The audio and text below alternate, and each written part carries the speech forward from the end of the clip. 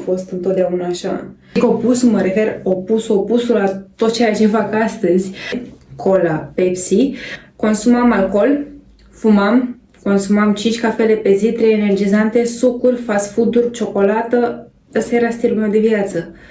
Prăjeli și efectiv tot ce se putea mai rău eu făceam. Bună ziua! Bună ziua și bine ați revenit pe balconul meu.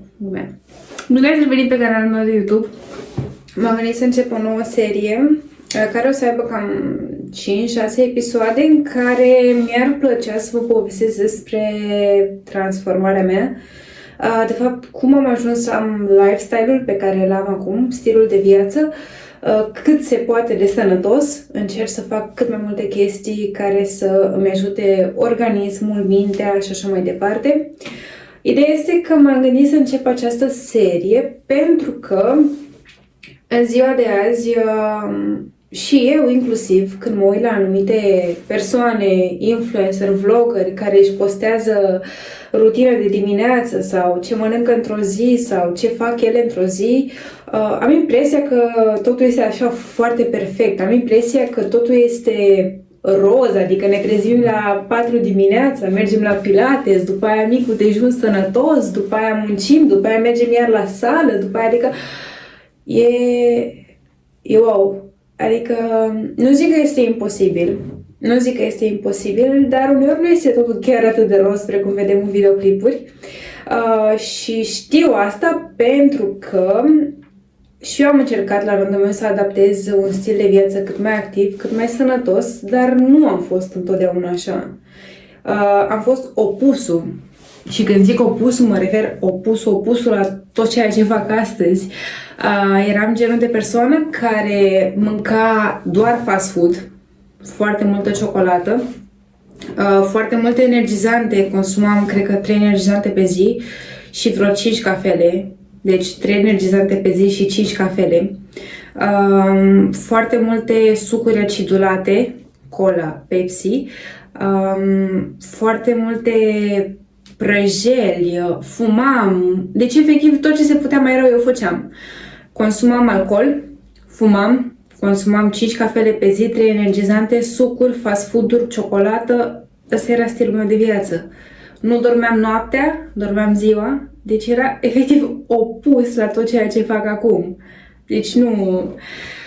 Asta se întâmpla în 2018. Bineînțeles, așa am avut stilul de viață format atunci, în 2016, 2017, 2018. Munceam în casino, aveam ture de noapte, ceea ce înseamnă că eu nu dormeam noaptea niciodată, dormeam doar ziua și practic mâncam și beam ce apucam. Și când zic ce apucam, înseamnă că aveam zile când eu mâncam supă la plic. Aia era cina mea, o supă la plic. Să nu mai spun că nu mai făceam mișcare. Eu personal sunt activă de când sunt mică, mereu am făcut volei, not, dansuri, mereu făceam un sport. Dar în anii respectivi nu am mai făcut deloc mișcare, absolut deloc. Și să vă spun pe scurt cum mă simțeam, să vă arăt de fapt cum arătam, pentru că o să atașez aici niște poze. Aici o să apară pozele unde e lumina asta perfectă. Da, nu pot să spun că eram plinuță, nu pot să spun că eram grasă, nu pot să spun că eram, nu știu, ceva ieșit din comun, doar că nu aveam forme, nu eram tonifiată. Și pe lângă aspectul ăsta, era vorba de cum mă simțeam eu. Aveam constant dureri. Deci aveam constant dureri de stomac. Mă durea în stânga, mă durea în dreapta, mă durea capul, mă simțeam mereu obosită, mă simțeam mereu de nu știu pe ce planetă sunt. Nu, pielea mea arăta groaznic, deci ce aveam pe față, Doamne, era îngrozitor. Ideea este că am să atașez prima dată niște poze aici. Eu am să le văd aici în telefon, dar am să le atașez aici ca să le vedeți și voi. Așa cum spuneam, mereu mâncam fast food. Absolut mereu. Deci nu există. Cred că o dată la 2 zile eu mâncam McDonald's sau KFC sau shawarma sau orice prindeam. După cum se poate vedea aici. Mereu mâncam dulciuri, după cum se poate vedea aici. Fie că le mâncam în oraș, fie că mi le comandam acasă, fie că le cumpăram, întotdeauna mâncam dulciuri. Prăjituri, Snickers, baclava, orice. Ideea este că aveam atât de mare rezistența la insulină încât eu puteam să mănânc 4 bucăți mari de baclava, iar după alea 4 bucăți, eu încă simțeam nevoia de zahăr. Eu mai mâncam un Snickers și un Kinder Bueno. Deci rezistența mea la insulină era atât de mare încât mie o porție enormă de zahăr mie nu mai îmi satisfăcea nevoia. Eu simțeam în continuare nevoie de zahăr, deci era ceva groaznic. Oricât de mult zahăr mâncam, organismul îmi cerea și mai mult. Era o dependență de care nu puteam să scap. Și faptul ăsta a ținut foarte mult timp pentru că de fapt, creierul meu era obișnuit să ceară zahăr pentru că era un program pe care eu îl făcusem zi de zi, făcea parte din viața mea. De exemplu, dacă ajungeam acasă de la muncă, eu trebuia să mănânc zahăr. Era rutina mea cum ar veni. În momentul în care repeți o chestie o zi, 2, 3, 4, 5, 10 zile, devine un obicei pe care corpul deja l-a adaptat și s-a învățat cu el și o să-l ceară, indiferent dacă tu ai nevoie sau nu. În fine, am să detaliem mai mult aceste detalii despre zahăr, obiceiuri și dependențe, dar acum revenim la pozele astea minunate. Eu mă amuz foarte tare că le văd. Bun, da, ciocolată. Așa cum spuneam, ciocolată, prăjituri. Deci în casa mea era întotdeauna zahăr. Întotdeauna era zahăr, mult zahăr era în casă. Mâncam non-stop zahăr. În orice parte a zi, fie că era 2 dimineața, 7 dimineața, 2 după masă, eu mâncam zahăr. La modul, țin minte și acum, eram în parc afară, și am simțit o nevoie atât de mare de zahăr. Efectiv, mi-am cumpărat un borcanaj de Nutella și mi-am cumpărat gofrele acelea. Sunt niște gofre pe care le iei la bucată și mâncam pe bancă în parc gofră înmuiată în Nutella. Deci, voi nu vă dați seama cât zahăr puteam să consum eu și simțeam nevoia să mănânc. Wow, a fost, da. Cafeaua. Da, o cafea de la Starbucks în fiecare zi, asta era nelipsită, iar pe lângă cafeaua de la Starbucks, care toată lumea știe că are 1100 de calorii, are zahăr, frișcă, esențe, siropuri, nu mai prostie are. Pe lângă cafeaua de la Starbucks, eu mai consumam și încă 4-5 cafele normale cu lapte și cu zahăr, bineînțeles că nu lipsește zahărul. Energizante, la greu, 2-3 pe zi. Și este că le consumam și când munceam, dar le consumam și când nu munceam. Deci, chestia asta zilnic, vă dați seama câte miligrame de cafeină și taurină și, Doamne, câte prostii puteam să introduc în organismul meu. Nutella, waffles, nu mai repet chestia cu zahărul, că deja nu, e groaznic. Da, cafeaua mea se transformase de fapt în, nu știu ce să zic, milkshake, adică la modul, în cafeaua asta de aici, din poza asta, aveam bucățele de Oreo în ea, frișcă, lapte, zahăr, sirop și mai aveam și Oreo întregi, ca să vă dați seama. Aia nu era cafea, aia era desert, efectiv. Da, cam așa arătam aici. Îmi plăcea să ies atunci când eram liberă, îmi plăcea foarte mult să ies, să dansez.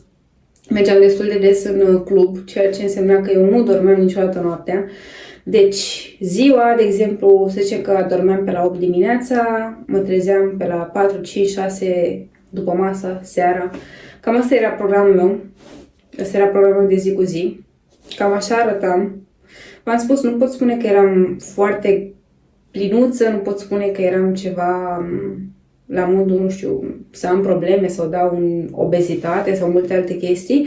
Am avut noroc să am de fapt noroc să am un metabolism bun, dar se vede pe corpul meu că nu aveam deloc grijă de mine, nu aveam deloc grijă de organismul meu, de fapt, pentru că nu aveam grijă la ceea ce consum, pentru că ceea ce consumăm ne afectează în mod direct și pielea, și organismul, și creierul, mintea. Sufeream de o apnee foarte severă pe față. Nu știu cât de bine se vede în poza asta pentru că este destul de îndepărtată, dar aveam probleme cu apnea pe față. Nu aveam musculatura foarte dezvoltată, foarte definită. Pot spune că am avut întotdeauna, cum să spun eu, am avut întotdeauna un istoric cu sportul, ceea ce înseamnă că mușchii mei erau deja lucrați, doar că luând o pauză foarte mare și neavând grijă să mențin o anumită formă a corpului, bineînțeles că am pierdut masa musculară. Am început să câștig din ce în ce mai mult strat adipos. Practic este o recompoziție corporală pe care nimeni nu și-o dorește. Dar da, așa arăta. Asta se întâmpla în anul 2018. Deci toate pozele pe care eu vi le-am arătat sunt din 2018. Iar apoi, aici se produce schimbarea. Începem.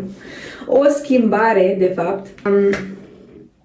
În anul 2018, în noiembrie, eram afară cu un grup de prieteni, iar unul din prietenii respectivi a început să povestească despre cum vrea să slăbească și a început, practic, nu neapărat o dietă, ci și-a implementat anumite obiceiuri în stilul de viață care să îl ajute să slăbească. A început să povestească despre ce a descoperit el în farmacia Tei. Cred că toată lumea știe ce este farmacia Tei, găsești orice acolo. Este locul meu de suflet.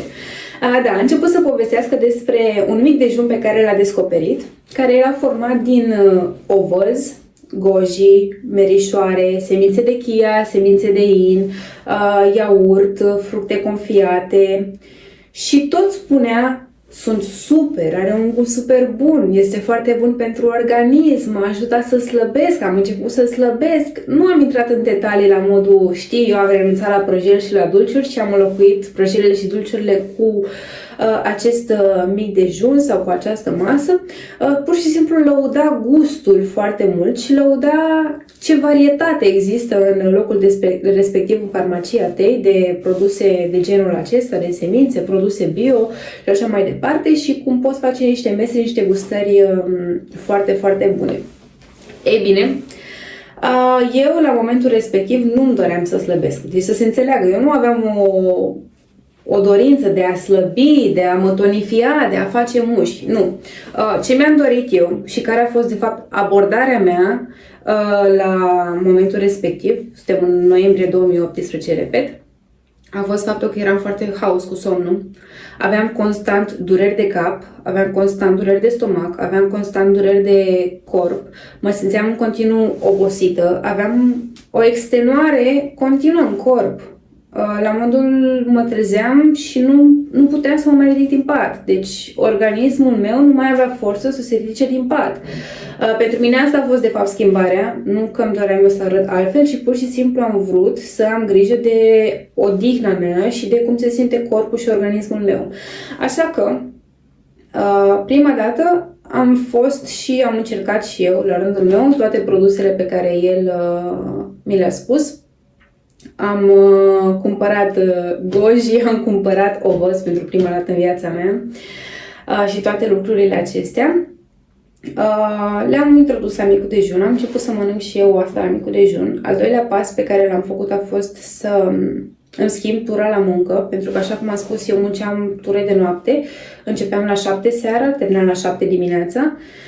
Și mi-am schimbat în sfârșit tura la muncă. Am început să lucrez de dimineață, ceea ce înseamnă că trebuia să dorm noaptea și să mă trezesc dimineața, ceea ce pentru mine era wow, nu mai știam pe ce planetă sunt, nu mai știam ce zi este, ce săptămână este, ce lună suntem, unde suntem, nu mai știam nimic. Mi-a fost foarte greu să mă obișnuiesc, foarte, foarte greu să mă obișnuiesc cu alt fus orar, ca să zic așa.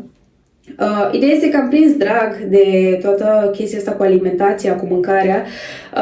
Am început să mă duc foarte des la farmacia Tei, am început să încerc cât mai multe lucruri, am început să îmi fac budincă de chia, am început să caut rețete pe internet, am început să mă inspir, să întreb în stânga și în dreapta și am prins foarte mare drag de lumea asta a nutriției. Tot ce vedeam nou, tot ce însemna semințe, tot ce însemna matcha, pudră de cacao, nu știu de care, sirop de agave, efectiv tot ce găseam voiam să încerc. Da, și aici a început, să zic așa, obsesia mea, pentru că a fost o mică obsesie cu tot ce înseamnă alimentația asta super sănătoasă. Atunci a fost anul când am deschis și pagina Joe Healthy Food, în care am început să postez în fiecare zi fel și fel de nu neapărat rețete, că nu erau rețete, dar pur și simplu micul dejun pe care eu îl luam sau ce mâncam la prânz. Nu am postat cu un scop anume, nu am postat ca să, nu știu, să-mi atrag clienți, de exemplu, cum fac acum, sau nu aveam deci nu aveam niciun scop anume, pur și simplu postam pentru că era pagina mea, pentru că îmi plăcea și voiam doar să împărtășesc, să pun acolo. Am să atașez oricum aici câteva poze cu mâncarea și așa s-a înființat, ca să zic așa, Joe Healthy Food, pagina în care eu începeam să postez toate snack-urile pe care eu le găseam, pentru că toate snack-urile pe care eu le găseam și scria pe ele high protein, eu le cumpăram. Pentru că eram la modul, neavând informații în nutriție, neavând cunoștințe, neștiind exact ce înseamnă calorii, macronutrienți, nu știam nimic. Deci nu știam nimic. Eu pe tot ce scria high protein eu cumpăram. Pentru că tot ce știam, tot ce auzeam în jurul meu era că trebuie să consumi multă proteină și trebuie să ai mese și snack-uri cu un gramaj ridicat de proteină. Așa că pe ce scria high protein eu cumpăram. Deci cred că puteai să-mi vinzi orice. Dacă scria protein pe el, eu cumpăram. Deci nu conta, efectiv, nu conta. Dacă scria proteină, eu cumpăram. Bun, și am intrat în anul 2019. Am început, bineînțeles, să mănânc cât mai sănătos, am renunțat la suc, am renunțat la energizante. Din păcate, cafelele nu le-am limitat, încă aveam un număr foarte mare de cafele consumate pe zi. Dar am început să văd foarte multe schimbări, pentru că am început să pierd în greutate, să pierd din stratul adipos, ne mai mâncând prăjeli, fast food-uri, limitând zahărul, scoțând energizantele din viața de zi cu zi, având un somn de noapte. Deci somnul de noapte, Doamne, nu se compară cu nimic. Deci somnul de zi nu este nici măcar 30% odihnitor pe cât este somnul de noapte. Și toate aceste schimbări au produs în organismul meu un rezultat foarte bun, pentru că începeam să mă simt energică, începeam să mă simt foarte bine, cu o stare de spirit foarte bună. Aveam foarte multă forță, nu ca înainte, nu mai eram legumă ca înainte. Ideea este că s-au schimbat foarte multe lucruri în viața mea, în bine. Repet, scopul meu nu a fost nici să slăvesc, nici să mă apuc de sală, de sport, deci eu nu aveam treabă nici cu sala, nici cu powerlifting-ul, cu bodybuilding, cu absolut nimic. Nici măcar nu mă uitam la așa ceva. Deci nu urmăream, nu mă interesa, nu îmi plăcea, nu... Bun, și am continuat cu alimentația, am început să postez în fiecare zi toate snack-urile cu proteine pe care le găseam, am început să postez în fiecare zi tot ce mâncam, am sărat și aici niște poze, nu știu, tot ce prindeam, crackers, mozzarella cu castravete, baby spanac, am făcut o grămadă de salate, făceam o grămadă de experimente, am început să găsesc rețete pe internet cu brownie din cartofi dulce, pizza din broccoli, tot ce era sănătos eu încercam. Și am început să stau din ce în ce mai mult în bucătărie, să încerc din ce în ce mai multe rețete, să încerc din ce în ce mai multe produse. Am început să citesc foarte mult și despre partea de suplimente, să citesc despre partea de nutriție, dar asta o să povestim în episodul 2. Ideea este că episodul acesta va fi strict pentru anul 2017-2018, anul în care s-a produs deja schimbarea în viața mea. 2017, 2018, 2019. Deci în 2018, în noiembrie, s-a produs acea schimbare, acel click, să zic așa. Nu v-am povestit însă că în momentul în care am intrat în anul 2019 și am văzut toate aceste beneficii în corpul meu, am avut și încă am o prietenă foarte bună care și ea la rândul ei a îndrăgit și îndrăgește sportul. Ea practic m-a introdus în tot ce înseamnă sală. Ea mi-a explicat conceptul de exerciții fizice în sală cu greutăți. Ea mereu ieșea în parc. Nu mergeam niciuna din noi la sală, mergeam în parc, aveam un parc lângă noi. în care erau foarte multe scări și acolo mergeam și urcam scările respective sau făceam anumite exerciții pentru picioare, pentru fesieri. Nu mă refer aici la alergat sau la cardio. Pur și simplu ieșeam în parc pentru că nu mergeam la sală și ieșeam în parc și făceam exerciții pe care le copiam de pe internet. Erau fel și fel de fete, influenceri, să zic așa, pe vremea respectivă, care activau în domeniul ăsta de fitness și arătau foarte multe exerciții pe care poți să le faci afară în parc sau acasă, în cazul în care nu dispui de un abonament la sală. Ideea este că înainte să încep povestea asta cu sportul, mi-aș dori să povestesc puțin și despre prima mea experiență în sală. Prima mea experiență în sală a fost în anul 2017. Era o sală, nu am să-i dau numele, care avea un abonament foarte ieftin și când zic ieftin mă refer la 40 de lei pe lună. 40 de lei pe lună, abonament full-time la sala de fitness. Nu pot să spun că era foarte departe de mine, făceam cam 20 de minute pe jos dacă mă plimbam, așa că am hotărât cu o altă prietenă de mea să ne apucăm de sală. Toată lumea făcea sală acolo, absolut toți cunoscuții noștri făceau sală acolo. Și am fost la sală, prima noastră zi la sală în care, deci repet, eu nu știam nimic. Nu știam nici măcar pentru ce e bara olimpică, nici măcar nu știam cum se numește bara olimpică, nu știam nici să țin o ganteră în mână. Deci sporturile pe care eu le făcusem până la vremea respectivă nu aveau nicio treabă cu sala. Eu am făcut dansuri, eu am făcut înot, eu am făcut gimnastică, dar nu aveam treabă cu greutățile, cu sala, cu nu, absolut nimic. Așa că am fost în sala respectivă și, așa cum spuneam, eu fumam 2 pachete de țigări pe zi. Am mers la sală, ne-am urcat pe bandă amândouă, am mers și am alergat pe bandă vreo 20 de minute, mai mult mers pentru că nu aveam capacitate pulmonară să alergăm. Iar după cele 20 de minute de stat pe bandă, am luat pauză. Ce credeți că am făcut în pauză? Am coborât în fața sălii și am fumat o țigară. Deci, am mers pe bandă 20 de minute, am luat pauză de pe banda respectivă, am coborât afară, am fumat o țigară, pauză de țigară și am urcat înapoi să mai alergăm încă 20 de minute pe bandă. Da, deci asta a fost experiența noastră la sală. Ăla a fost primul meu antrenament, nu se poate numi antrenament, bineînțeles, dar aia a fost prima mea zi într-o sală. Prima mea zi din toată viața mea într-o sală aia a fost. Ideea este că noi am plătit abonamentul ăla pe o lună, am plătit 40 de lei pentru luna respectivă și aia a fost singura și ultima zi în care noi am fost acolo. Singura zi. Bănesc că și voi ați experimentat măcar o dată în viață să vă faceți abonament la sală și să mergeți doar o dată sau de 2 ori. Da. Eu de atunci nu am mai fost în sală, deci asta se întâmpla undeva în 2017, iar acum în 2019, cum vă spuneam, am început să fac exerciții fizice în parc. Am să atașez aici un videoclip ca să vedeți despre ce era vorba. Cam așa arătam atunci. Da, făceam exerciții fizice în parc undeva la 3 ori pe săptămână. Făceam scări, urcam pe scări și în zilele în care nu puteam să ieșim, că era urât afară sau nu puteam să ieșim amândouă, făceam în casă.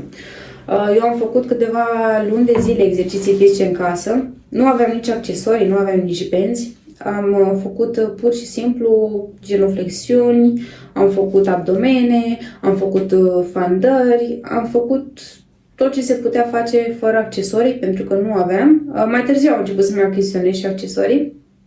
Am continuat cu sportul în casă, iar apoi ne-am hotărât amândouă să mergem la sală.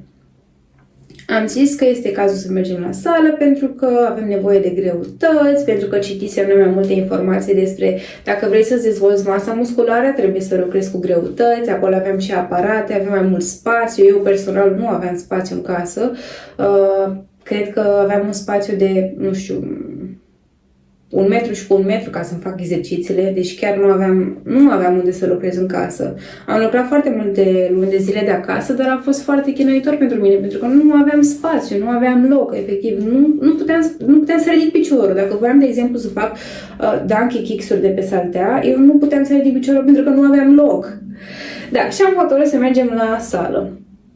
Am achitat abonamentul la sală, era o sală de lângă casă, deci data aceasta făceam 5 minute pe jos până la sală și mergeam împreună. Toate bune și frumoase, am început să încercăm și noi genoflexiunile la Smith Machine, am început să învățăm și noi să facem fandări cu gantere, cu greutăți, totul era super, îmi plăcea foarte mult, chiar îmi plăcea foarte, foarte mult, mai ales că vedeam schimbări și mă simțeam altfel și mă simțeam incredibil după sport. Îmi cumpărasem și o proteină și știu că de fiecare dată după antrenament eram cu shake-uri după mine să beau repede proteina, că e fereastra aia de 30 de minute în care tu trebuie să-ți iei proteina. Bullshit. Bun. Ideea este că am continuat cu sala, dar apoi programul nostru s-a schimbat. Eu puteam să ajung la o anumită oră la sală, ea putea să ajungă la altă oră la sală, ceea ce a fost un pic cam greu pentru că eu nu eram obișnuită să merg singură la sală. Eu nu cunoșteam încă toate aparatele, eu nu știam exact 100% ce fac. Eu puteam să mă accidentez, eu puteam să lucrez greșit, Ideea e că nici ea nu știa foarte multe, dar avându-ne una pe alta, era altceva, știi? Adică e altceva când ești cu cineva. Dacă faci greșit, măcar nu te faci doar de râs, o faceți amândouă, știi? Mă rog, în fine, ideea este că trebuia să aleg, ori stau acasă, ori mi-au inima întins și mă duc la sală, pentru că nu o să fie nimeni lângă mine toată viața. Până la urmă, dacă vrei să faci ceva pentru tine, nu trebuie să te împingă cineva de la spate, nu trebuie să vină cineva să ia de mână să zică haide. Nu puteam să mă duc la sală doar când putea ea. Am avut de ales, ori stau acasă, ori îmi iau inima în dinți și mă duc acolo și mă descurc și văd ce fac. Așa că am început să mă duc. Nu-mi plăcea să mă duc singură, mi-era foarte greu, cred că stăteam acasă 30 de minute înainte să plec și mă convingeam, haide, stai doar jumătate de oră, haide, te duci doar să lucrezi abdomen, te duci doar să faci stepper, doar du-te acolo. Mi-a fost foarte greu să mă duc singură. La un moment dat am început să lucrez cu greutăți, am început să fac exercițiile, nu aveam cea mai corectă formă. Am să caut totuși un videoclip cu mine, să-l atașez aici, sigur am să-l găsesc, deci o să-l pun aici, eu am să continui cu povestirea și am să atașez videoclipul aici. Ideea este că am început să învăț să fac îndreptări, am început să învăț să fac îndreptări românești. Nu aveam idee cum se crește greutatea, când se crește greutatea, cu câte kilograme trebuie să lucrez. Nici măcar nu știam câte kilograme au bărele din sală. Așa că într-o zi am luat o bară din sală, mă pregăteam să fac îndreptări, deadlift-uri, și am întrebat un băiat de lângă mine, nu știu exact că era personal trainer, dacă era antrenor acolo sau pur și simplu se antrena în sală, m-am dus la el și i-am spus exact așa: scuză-mă, nu te supăra, îmi poți spune, te rog, câte kilograme are această bară? Da, iar răspunsul la această întrebare a fost 20 de kilograme. Deci exact asta a fost privirea. A fost atât de jignitor, a fost atât de urât, m-am simțit de prost pentru că eram începătoare, nu știam nimic, am pus o simplă întrebare, deci abia trăgeam de mine să mă duc în sală, mi-era atât de teamă să mă duc singură la sală, mi-era foarte urât, foarte jenă să mă duc singură și când în sfârșit îmi făceam curajul să mă duc în sală și să lucrez singură și încercam să fac acolo exercițiile cât mai corecte, cum vedeam eu pe internet, și nu eram sigură că fac totul bine, pentru că nu era nimeni acolo care să mă învețe sau care să-mi explice sau care să mă corecteze, și faptul că mi-am făcut curajul să întreb pe cineva din sală să cer ajutor și răspunsul ăla a fost atât de respingător și de la modul: ce, Doamne iartă, mă faci aici în sală dacă n-ai idee chestiile astea? La modul ăsta a fost. M-a făcut să mă simt foarte, foarte prost. Iar reacția mea, a minții mele, a corpului meu a fost la rândul meu să creez așa o barieră între mine și restul din sală și mereu când veneam în sală eram așa foarte dură, foarte încruntată, foarte să nu mă abordeze nimeni, să nu vorbesc cu nimeni, pentru că voiam să arăt de fapt siguranța pe mine, dar de fapt nu era siguranță, era teamă pentru că nu știam ce fac, nu știam ce fac bine, îmi era teamă să se comporte iarăși cineva urât cu mine, mi-era teamă că nu lucrez bine, mi-era teamă că se uită toată lumea la mine, mi-era teamă că mă judecă toată lumea, mi-era teamă că toată lumea râde de mine, iau tot și pe asta, ce face aici, toate gândurile astea în capul meu, adică nu e deloc ușor să fii începător într-un sport nou, nu e deloc ușor să te duci într-o sală mică în care sunt 20 de bărbați care sunt dulap 4x4 și tu să apari acolo ca o prințesă și să lucrezi în mijlocul lor și nici măcar să nu știi dacă faci bine ceea ce faci. Deci în capul meu a fost greu, a fost foarte greu, deci credeți-mă că Eu când lucrez cu începătoarele și îmi spun că n-au călcat în viața lor într-o sală și că au nevoie de ajutor, eu știu ce înseamnă chestia asta, știu ce înseamnă sprijinul de care ai nevoie, pentru că eu am trecut prin chestia asta singură. Eu nu mi-am permis niciodată un antrenor, eu nu-mi permiteam să angajez un antrenor, eu nu am avut niciodată pe nimeni cu experiență care să mă ajute și care să-mi explice. Asta se face așa, greutatea se mărește așa, spatele trebuie ținut așa. Tocmai de aceea am să atajez aici multe videoclipuri în care eu lucram foarte greșit. Deci aveam foarte multe execuții greșite, foarte multe exerciții pe care le făceam prost, dar asta a fost experiența mea cu sala. Apoi am continuat să merg. Am continuat să merg pentru că îmi plăcea foarte mult ceea ce făceam, îmi plăcea foarte, foarte mult. Începusem să am abdomen vizibil, țineam și alimentația, mergeam și la sală, mereu descopeream exerciții noi. Începusem să postez pe pagina mea, îmi plăcea să postez rețete, îmi plăcea să postez cum arăt, îmi plăcea să postez exerciții, așa că am continuat. Iar apoi, în octombrie 2019, mi s-a oferit șansa să plec cu jobul în altă țară. Să plec cu jobul în altă țară, prima dată a fost vorba de 3 luni de zile, să plec în Letonia, în Riga.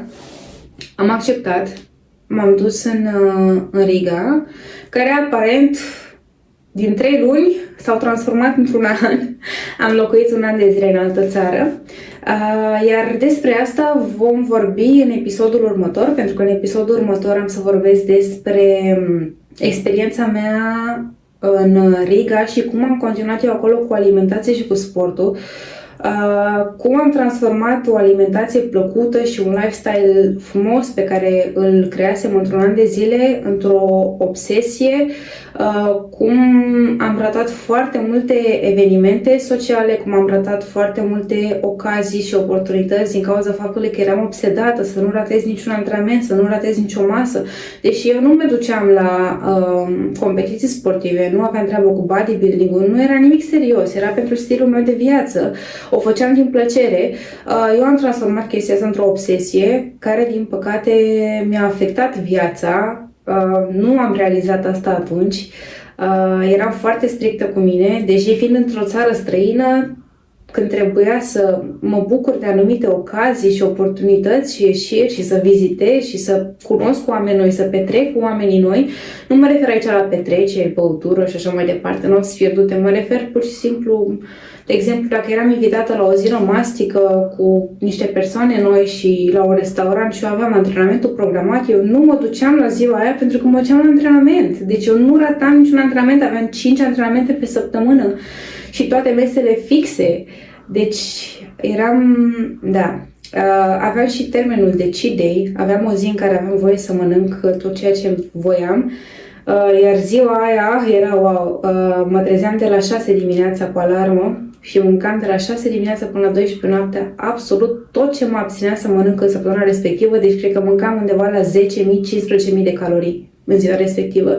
Eu nu mâncam toată săptămâna, nimic din ceea ce nu era pe planul meu, iar în ziua mea cu cheat day-ul mâncam de la 6 dimineața până la 12 noaptea tot ce voiam. Mâncam un borcan de Nutella, o pizza, pentru că aveam conceptul că nu mănânc nimic 6 zile prost și am dreptul la un cheat day, pentru că eu nu știam ce înseamnă calorii, nu știam ce înseamnă surplus caloric, deficit caloric, menținere. Dar astea sunt foarte multe teme pe care mi-ar plăcea să le abordez în videoclipul următor. Deci, episodul 2 va fi strict despre experiența mea la Riga, fix despre cum am transformat un lifestyle de plăcere sănătos într-o obsesie foarte toxică. Vom vorbi și despre conceptul de cheat day, cheat meal și o să intrăm și în termenii de calorii și macronutrienți. Sper că v-a plăcut videoclipul meu și experiența mea. Chiar am doresc să realizați că nu m-am născut cu un stil de viață perfect. Așa cum spuneam, fumam, consumam foarte multă cafea energizante, fast food, zahăr, nu dormeam noaptea și uite-mă acum când mă trezesc la 6 dimineața din plăcere să mă duc la sală. Dar totul se face treptat în viață și chiar îmi doresc să fiu cât mai reală cu voi și să vă arăt de fapt de unde am plecat și unde am ajuns. Sper să vă inspire, să mă motiveze și dacă aveți întrebări, bineînțeles, mi le puteți adresa pe Instagram sau prin comentarii aici. Așa că ne vedem în episodul 2. Dă și tu un like dacă ți-a plăcut și dacă vrei să susții canalul meu.